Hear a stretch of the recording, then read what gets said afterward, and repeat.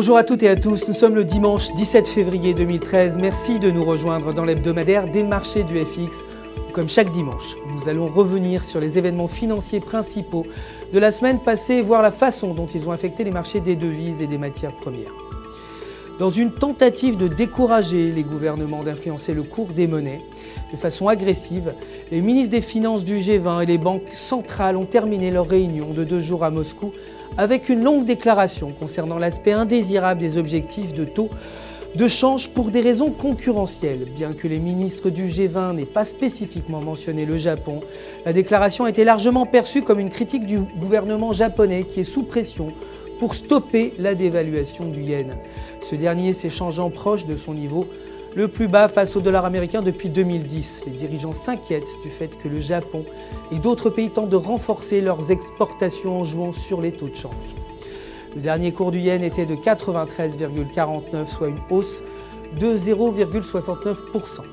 En ce qui concerne les autres devises, la livre a connu sa chute la plus importante en une semaine face au dollar américain depuis le mois de juin, après que le gouvernement de la Banque d'Angleterre, Mervyn King, ait annoncé que l'inflation resterait au-dessus de l'objectif à 2% pour les 2 prochaines années, et cela même si la croissance économique reste faible.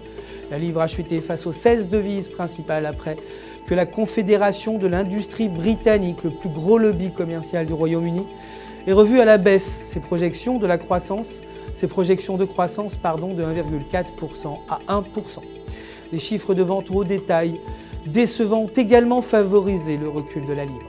Le dernier cours de la livre était de 1,5512, soit une hausse de 0,12%. En réponse à un renforcement de l'optimisme concernant l'avenir de l'économie américaine qui a réduit la demande d'actifs sécuritaires comme l'or, les contrats à terme sur l'or ont chuté en dessous de 1 600 $ pour la première fois depuis début août 2012. L'optimisme des investisseurs a été renforcé à la fois par des données manufacturières meilleures que prévues dans la région de New York, mais aussi par une augmentation de la confiance des consommateurs qui a atteint son niveau le plus haut en 3 mois.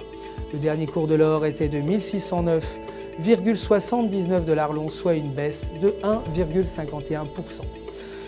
Les contrats à terme sur le pétrole ont reculé après l'annonce du pire début de mois en termes de vente qu'ait connu la société Walmart Stores Incorporation en 7 ans. Un rapport indiquant que les exportations de la zone euro ont chuté en décembre a également contribué au recul du pétrole.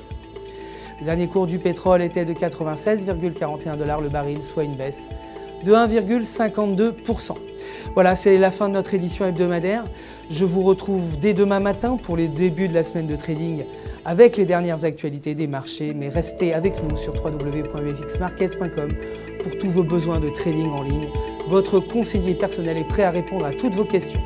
Le centre d'assistance au trading du FX Markets se joint à moi pour vous souhaiter une journée de trading pleine de succès.